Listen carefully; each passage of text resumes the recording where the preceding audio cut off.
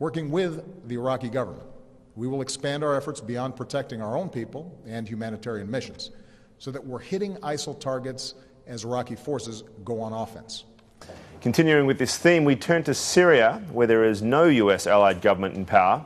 We go to Andrew Tabler, a Washington Institute Senior Fellow, to talk about the unique challenges that situation poses. Good morning, Andrew. Good morning.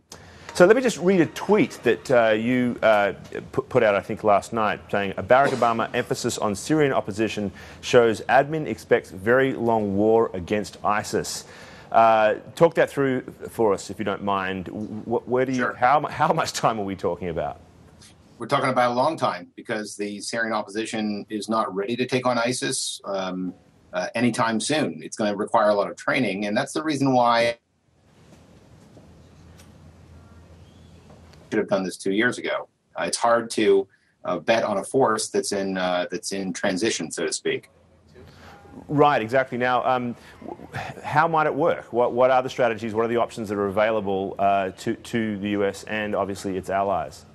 Well, first you contain it. You use their natural enemies, the Iranians and the Assad regime, and you just let them contain this. They're not going to be the solution. And then to solve this, you need Sunni powers, Turkey, Jordan, Saudi Arabia, other countries, to build up that Syrian force outside the country and take over those ISIS-controlled areas. You're going to have a divided Syria at the end of it, but that was probably inevitable at this point. Right. Now, working with Iran and the Assad regime, I mean, that sounds like just everybody's worst nightmare some time ago. That's where we're at now. No one, and I think this is really interesting, I don't think anybody in the principals meetings and advocated working with the Assad regime. We're not going to work with the Assad regime or the Iranians, but are they natural containers of ISIS? Yeah, they are.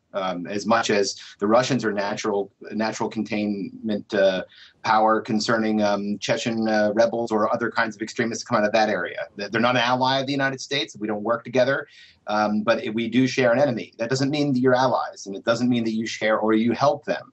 It's just the way the chessboard has evolved in the international community. Right. I mean, that sounds like the way it could work in theory, but it also sounds as if there's going to have to be some level of coordination. So you just rely on these regimes to maintain them, as you say, the chessboard-style arrangement. At what point does the US and its allies say, well, now's time for us to get in, and how do they? Yeah, I think when you have a sizable force, already ISIS is, chopping off the heads of a lot of tribal leaders in eastern Syria. Those are opportunities. You have to be able to take advantage of them. But really, a lot of questions now need to be asked to the Syrian National Coalition. What do you stand for? Who do you have contact with on the ground? And do you have any kind of authority? And unfortunately, the answer until now has been no. And until that is answered, along with a lot of work with the groups on the ground, it's going to be hard to get this force going. I suspect now that it's going to go much faster and much better than it did in the past. What sort of a presence does the US have, the CIA, others within that area? Do we have any idea?